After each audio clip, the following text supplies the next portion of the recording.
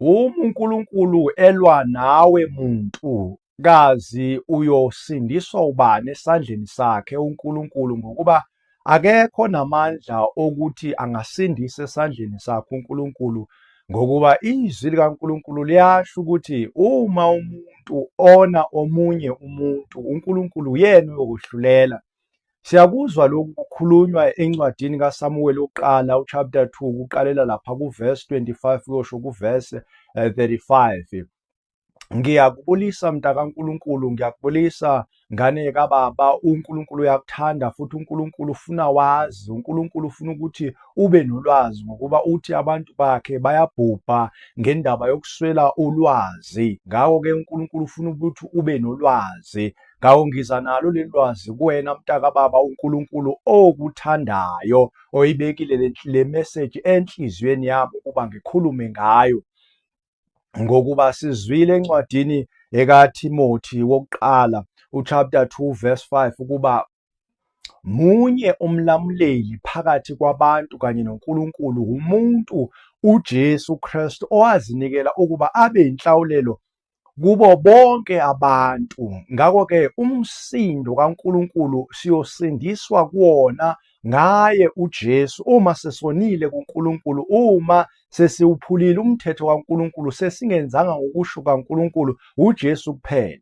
Kepha wena uma ungakholwa uJesu, uma ungamfuni uJesu ewuyena umlamuleli kuphela kwakhe, engekho omunye, ngokuba sizwa izwi likaNkulunkulu lisitshela ukuthi uma umuntu ona uNkulunkulu noma uNkulunkulu elwa nomuntu, esandleni sikaNkulunkulu akekho umuntu ongakwazi ukuthi asindise. No-Isaya uyayikhuluma le ndaba, u-Isaya ku-43 kuverse 13 kukhulunywa ngayo le ndaba ukuthi esandleni sikaNkulunkulu akukho ukuthi umuntu aphunyuke, akekho futhi nongasindisa esandleni sikaNkulunkulu uma uNkulunkulu esenza leyo nto acabangile ukuthi ayenze. Uma ecabange ukwehlulela umuntu, uma ecabangile ukuphanisha umuntu, akekho umuntu ongamsiza lowo muntu. Ngisho noSathane akanawo lawo mandla ukuthi angasindisa umuntu, ngisho namadlozi, ngisho nezangoma nezinyanga, uba uNkulunkulu elikhulumile izwi lakhe uyolifeza, uyoliphetha ngale ndlela alikhulume ngalo ukuthi uzokwenza lokhu akushilo wathi uzokwenza. Kepha manje sitholile ukuthi ukhona umlamuleli, sesinayo umlamuleli oyinkosi uJesu, esifundisile ngayo ubaba wayo okuwuJehova, ekungu-Elohim igama lakhe. Futhi siyeza uJesu esifundisa kwincwadi kaMathewu, uMathewu 10:23 kuleya chapter, khona lapho ethi ningabesabi abantu, bona abakhonayo ukubulala inyama kepha bengakwazi ukubulala umphefumulo.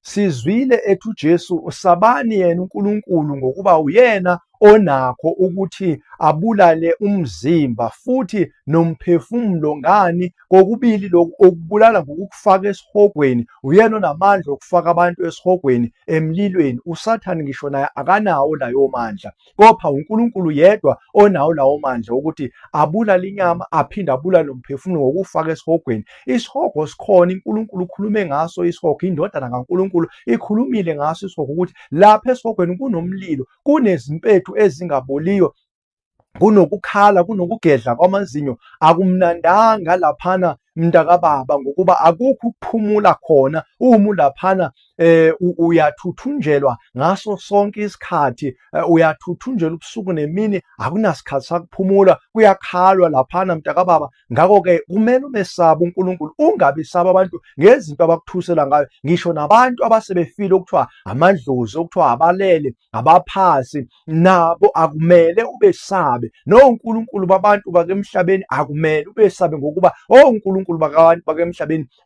abantu labo abadaliwe, noNkulunkulu babo badaliwe, ngokuba uNkulunkulu odalela izulu, wadala umhlaba, wadala nako konke ukukhona ezulwini, wadala nako konke ukukhona emhlabeni, okusho ukuthi unamandla phezu kwako konke lokho, naphezu kwabo uNkulunkulu uyehlulela. Sivile uNkulunkulu esitshela ukuthi yena uyohlulela bonke onkulunkuluwana, kusho ukuthi-ke onkulunkulu belizwe lakeGibhita ubehlulele ngayo yonke imisebenzi yesandla sakhe ebesiluliwe.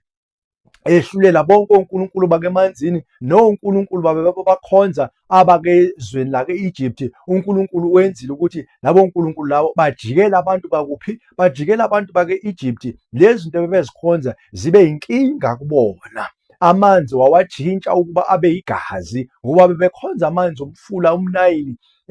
Bebekhonza izinto ezikemfuleni, kwafa konke okemfuleni, kwanuka ney'nhlanzi nakho konke, ney'krokodali zafa lapha emanzini ngani ngoba uNkulunkulu ebehlulela. Ngakho-ke usho uNkulunkulu ubani uyosindisa esandleni sakhe uma uNkulunkulu edicide ukuthi lowo muntu lowo ulwa naye futhi uyamhlulela. Mntakababa, uma ungafuni uJesu, uyazi uzihlaba ngowakho umkhonto, ngokuba kumele sikholwe udaba likaJesu, simele sikholwe yinto eshiwo uJesu ngoba uyena uyosilamulela ezonweni zethu. Sithethelelwa ngaye, silanyulelwa ngaye ngokuba uyindodana kaNkulunkulu ezele emhlabeni ukuba ngalo igazi layo sihlawulelwe emacaleni ethu kwiziphambeko zethu neziphambeko zabazali bethu, ngokuba sizwile ezwini kaNkulunkulu ukuthi uNkulunkulu abamzondayo uNkulunkulu uyokubahambela esizukulwaneni, izono zabo uyozihambela esizukulwaneni sesibili nesesithathu, elokhu ezihambele bavakashela labo bantwana labo ukuba abenze njalo uNkulunkulu, ukuba abe against bona. Kepha manje uJesu uyena oletha intethelelo ngegazi lakhe, ngomzimba wakhe owahlatshwe eCalvary,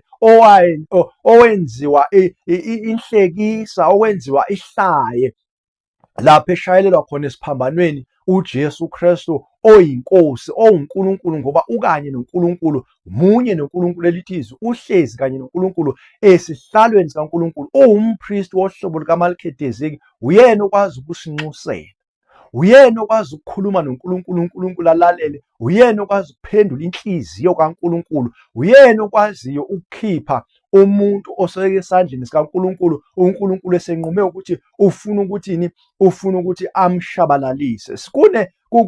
Kulapha kwincwadi zikaMateyu kunomfanekiswano lapho uJesu ethi khona kwakukhona isihlahla sitshaliwe.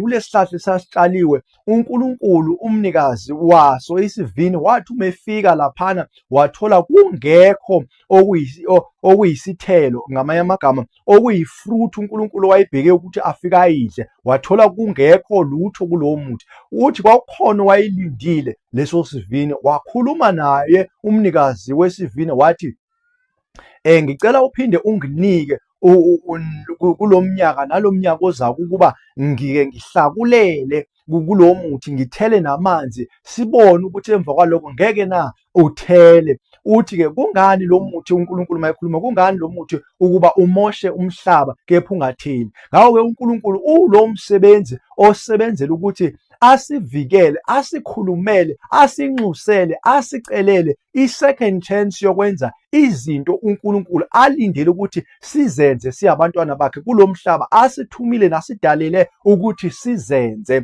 Kepha-ke la emhlabeni kuningi okwenzekayo, miningi imimoya ebusayo khona lapha emhlabeni eyenza ukuthi singakwenzi lokuthandwa nokufunwa uNkulunkulu. Kepha kuNkulunkulu intukuthelo yakhe iqedwa uJesu kuphela, iqedwa ngegazi likaJesu, iqedwa ngokukholwa kuJesu, ukuze uNkulunkulu akuthethelele. Ngaphandle kukaJesu angeke ukuthole lokuthethelelwa, ngaphandle kukaJesu angeke ubone lo mbuso kaNkulunkulu, ngokuba incwadi kaJohane iyasitshela laphana, haleluya, kwincwadi kaJohane 3:3 ukuthi akekho nomunye noyedwa oyobona umbuso wamazulu ngaphandle kukaJesu, ngokuba uJesu uyena isango lokungena embusweni kaNkulunkulu. Uyena uJesu oyinto yonke, owumsizi noyinkosi yethu, osinika amandla, osinika nokuba abantwana bakaNkulunkulu, ngoba abakholwayo kuJesu, abakholwa igama lakhe, wabanika igunya lokuba babe abantwana bakaNkulunkulu. Ngakho-ke ngaphandle kukaJesu, mntakababa, kuningi okusweleyo ngaphandle kukaJesu, kepha unoJesu kuningi oba nako, uba isicebi. UnoJesu uba ne-mansion, uba nekhaya ezulwini, uba nendawo yokuhlala, uba nomuzi owakhelwe wena ukuthi uhlale kuwona, ngokuba wena ukholiwe uJesu futhi umkholwa uJesu. uJesu ubambile amazwi akhe, amazwi kaJesu ayintando kaNkulunkulu, ayile nto uNkulunkulu ayifunayo, ngoba imeseji ebuya kuJesu imeseji ebuya kuNkulunkulu. Ngakho-ke mntakababa, uyamfuna uJesu. uJesu akusiyena umuntu ongalwa naye. uJesu akusiyena umuntu ongamthuka. uJesu akusiyena umuntu ongathi umlungu. akusiyena umuntu, kepha uNkulunkulu, ngokuba yena akaqambi manga. Lithi izwi uNkulunkulu akayena umuntu ukuba angaqamba amanga. Ngawo uJesu indodana kaNkulunkulu, uJesu munye noNkulunkulu, uNkulunkulu, uyena ozoba umehluleli ekupheleni kwako konke ukuphila. Sesenze konke emhlabeni, lapho khona sesiqedile, sadlula kulo mhlaba, uJesu oyokwehlulela ngokwemisebenzi yabantu abayenzile emhlabeni. Umuntu nomuntu uyonikwa ngokwemisebenzi yakhe, uyokwehlulela ngokwemisebenzi yakhe. Mntakababa, uJesu uyamdinga, uJesu uyafuneka empilweni yawo nawo wonke umuntu, ngoba uNkulunkulu uthanda ukuba bonke abantu basindiswe, kungabi khona yedwa umuntu oya ekulahlweni, oya ekufeni. Lithi-ke izwi likaNkulunkulu kwincwadi yabaseRoma 8:1, bonke abakuJesu kubo akusekho ukulahlwa, sebedlulile ekulahlweni, sebephila okungunaphakade. Ngakho-ke mntakababa, ngokwencwadi yamaRoma futhi chapter 10 verse 8 kuyosho ku-10, kumele ukuthi uJesu amukelwe, kumele ukuthi uJesu akholwe, abantu bakholwe uJesu, kumele abantu bakholwe ukuthi uNkulunkulu wamletha emhlabeni, wafa ngokufa okushayelelwe esiphambalweni, uNkulunkulu wamvusa kwabafileyo.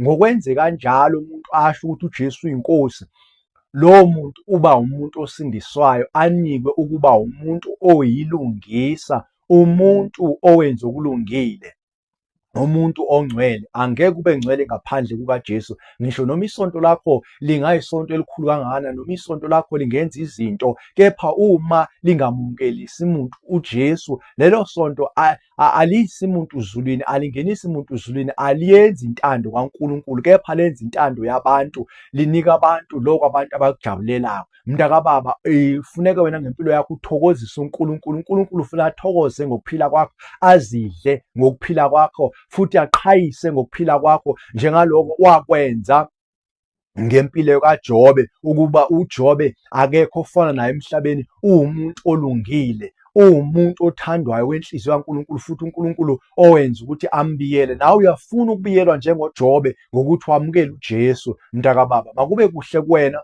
nabantu bendlu yakho uma uthatha lesinqumo sokwamukela uJesu, ngokuba uJesu uyinkosi, uJesu u-Alpha u-Omega, uyisinkwa sokuphila, ungamanzi wokuphila, ukuphila okungunaphakade. uJesu uyikho konke. Mntakababa, ngiyakubusisa kuze kube phakade. Amen.